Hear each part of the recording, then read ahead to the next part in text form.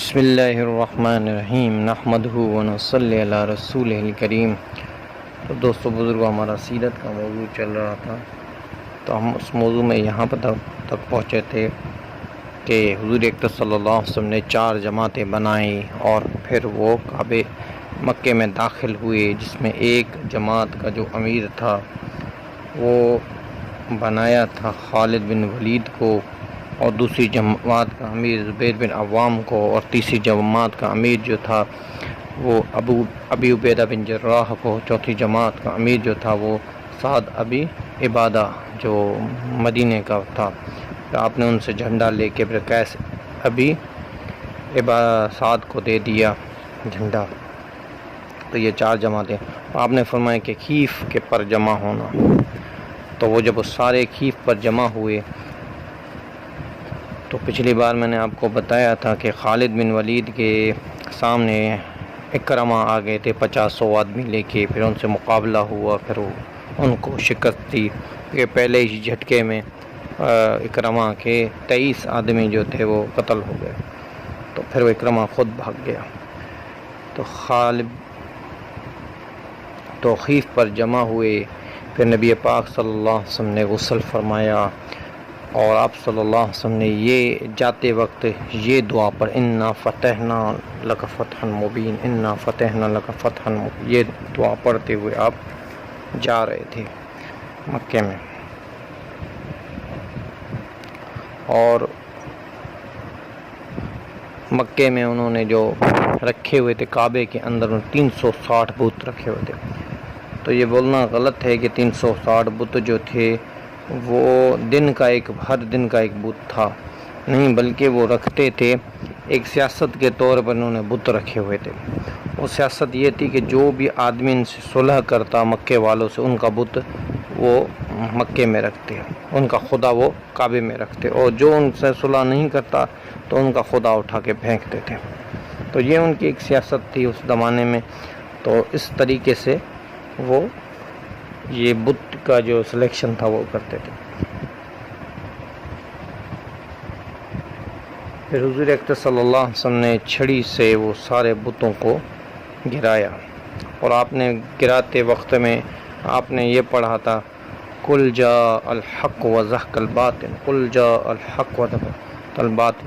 اور صحابہ کہتے ہیں کہ جب آپ کی چھڑی جو تھی وہ کعبے کے وہ بت کے طرف جاتی ہی نہیں تھی کہ وہ بت خود گر جاتا، اور مکے کے کعبے کے ہر جگہ پہ انہوں نے بت رکھے ہوئے تھے، کعبے کے دروازے پر، کعبے کے ارد گرد، وہ پیچھے اندر بھی۔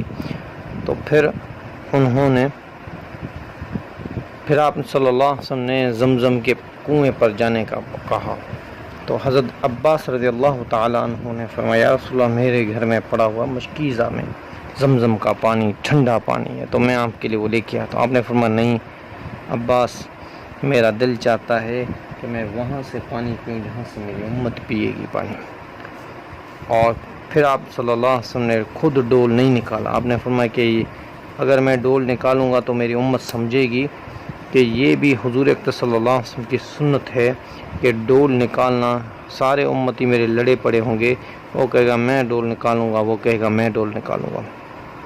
آپ صلی اللہ علیہ وسلم نے ڈول نہیں نکالا، کسی صحابی کو بولا تو ڈول نکال کے پھر ڈول میں جیسے آپ نے پانی پیا، اور پھر پانی پی کے یہ بھی احادیثوں میں آتا ہے کہ حضور اکرم صلی اللہ علیہ وسلم نے زمزم کے پانی میں اپنا لعاب مبارک ڈالا، اور پھر فرمایا، علماء کرام لکھتے ہیں کہ یہ جنت کے پانی سے بھی زمزم کا پانی افضل ہے، کیونکہ اس پانی میں ہے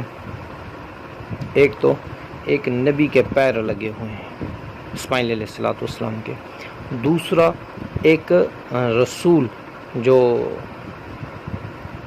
فرشتہ ہے اللہ کی خبر اس کے پر لگا ہوا ہے، اور حضور اکرم صلی اللہ علیہ وسلم کا لعاب مبارک ہے۔ آپ نے فرمایا کہ میرا لعاب جو ہے وہ قیامت تک لوگ آئیں گے وہ پیتے رہیں گے۔ پھر وہاں پہ سب لوگ کھڑے تھے، تو حضور اکرم صلی اللہ علیہ وسلم نے، ابو سفیان بھی کھڑا تھا، اور کوئی اکرمہ کا کوئی جو پہچان والا تھا وہ بھی کھڑا تھا، کچھ اور بھی لوگ کھڑے تھے۔ تو حضرت بلال کو آپ صلی اللہ علیہ وسلم نے فرمایا اے بلال چڑھو کعبے کی چھت پر اور اذان دو۔ پھر حضرت بلال رضی اللہ تعالیٰ عنہ نے اذان دی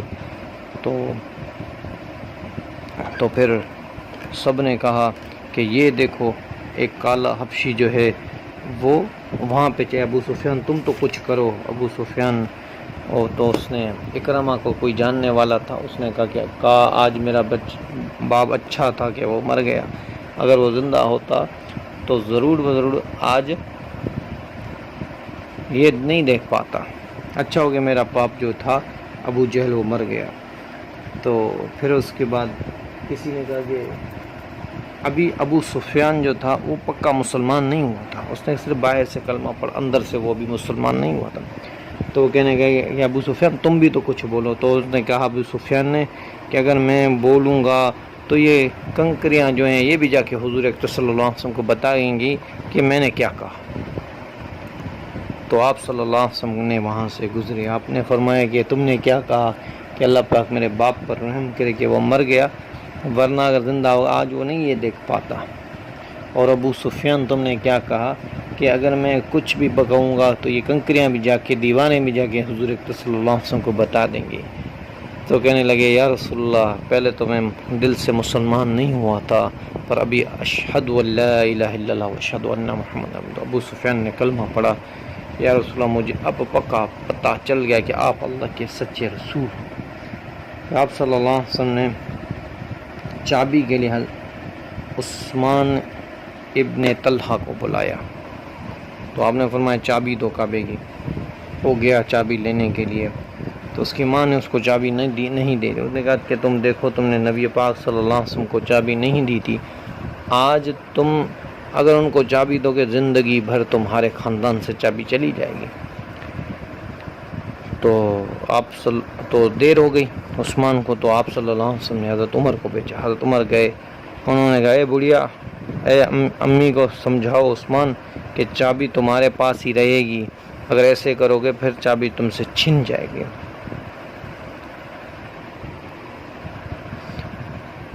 اور پھر جب وہ چابی لے کے آ رہے تھے تو حضرت عباس بھی آ گئے، کہنے لگے یا رسول اللہ یہ چابی جو ہے، یا رسول اللہ یہ چابی ابو مجھے دے دیں، یہ بھی چابی بھی عبد المطلب کے خاندان میں آ جائے، کیونکہ رفدہ اور سقایا اور مفتاح یہ تین کا مفتاح کعبہ یہ تین جو تھے یہ سب سے اشرف والے تھے۔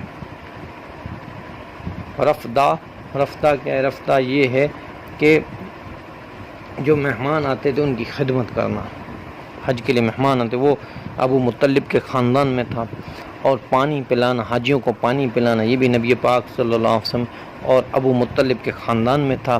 اور مفتاح جو تھی یہ بنو شیبہ والوں کے پاس تھی، مفتاح جو چابی تھی بنو شیبہ والوں کے پاس، ان کے پاس اس کا اعزاز تھا۔ تو حضرت عباس نے کہا یا رسول یہ بھی ہمیں دے دیں تاکہ ہمارا اعزاز سب پہ ہو جائے۔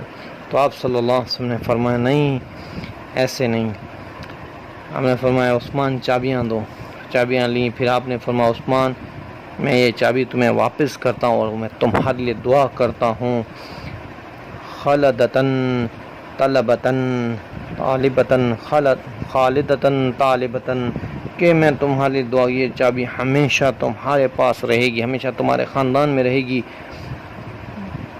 اور ہمیشہ کے اس کی حفاظت تمہارے پاس ہوگی۔ اور پھر فرمایا کہ تم سے نہیں چھینے گا کوئی مگر جو ظالم ہوگا تو وہ تم سے چھین لے گا، ورنہ کوئی بھی تم سے چابی نہیں چھینے گا۔ پھر فرماتے ہیں کہ نبی پاک صلی اللہ علیہ وسلم نے دروازہ کھولا، اور آپ دیکھیں یہ بھی اعزاز جو تھا اللہ نے نبی پاک صلی اللہ علیہ وسلم نے حضرت بلال کو دیا کہ کعبے کی چھت پہ چڑھ کے اذان دو۔ کعبے کی چھت یہ بھی اعزاز ہے۔ آپ صلی اللہ علیہ وسلم نے حضرت ابو بکر کو نہیں کہا، حضرت عمر کو نہیں کہا، حضرت عثمان کو نہیں کہا، بلکہ حضرت بلال کو کہا، یہ بھی اعزاز ہے۔ پھر اس کے بعد نبی پاک صلی اللہ علیہ وسلم کعبے کے دروازہ کھول کے آپ صلی اللہ علیہ وسلم کے اندر گئے، اور جب آپ صلی اللہ علیہ وسلم اندر گئے تو حضرت بلال کو بھی آپ صلی اللہ علیہ وسلم ساتھ لے کے گئے، اور پھر آپ نے دروازہ بند کر دیا۔ حضرت بلال آپ صلی اللہ علیہ وسلم کے ساتھ جو تھے نماز پڑھ رہے تھے۔ نبی پاک صلی اللہ علیہ وسلم نماز پڑھی اور حضرت بلال ان کو دیکھتے رہے۔ پھر جب آپ صلی اللہ علیہ وسلم باہر آئے تو پھر اس کے بعد سب سے پہلے جانے والے جو تھے عبداللہ بن عمر تھے۔ انہوں نے کہا، اے بلال آپ مجھے بتاؤ کہ نبی پاک صلی اللہ علیہ وسلم کہاں کھڑے تھے تو میں آپ صلی اللہ علیہ وسلم کی یہ سنت بھی ادا کر دوں۔ تو حضرت بلال نے کہا کہ یہاں پہ کھڑے تھے، کعبے کے اندر 6 ستون ہیں، کعبے کے اندر 6 ستون ہیں، اور 6 ستون میں جو 3 تھے وہ آپ صلی اللہ علیہ وسلم کے پیچھے تھے، 3 ستون پیچھے تھے، 2 ستون تھے جو آپ کے دائیں طرف تھے اور 1 ستون آپ کے بائیں طرف تھا۔ تو اس جگہ پہ آپ صلی اللہ علیہ وسلم کھڑے ہوئے اور نماز پڑھی۔ تو یہ عشق محبت کی بات ہے کہ صحابہ کرام رضوان اللہ اجمعین ڈھونڈتے تھے اللہ کے رسول کا عشق کیا، اللہ کے رسول کا طریقہ کیا، ہم اس پہ عمل کرنے والے بنے۔ زندگی رہے گی تو بات چلتی رہے گی۔ وما علینا الا البلاغ۔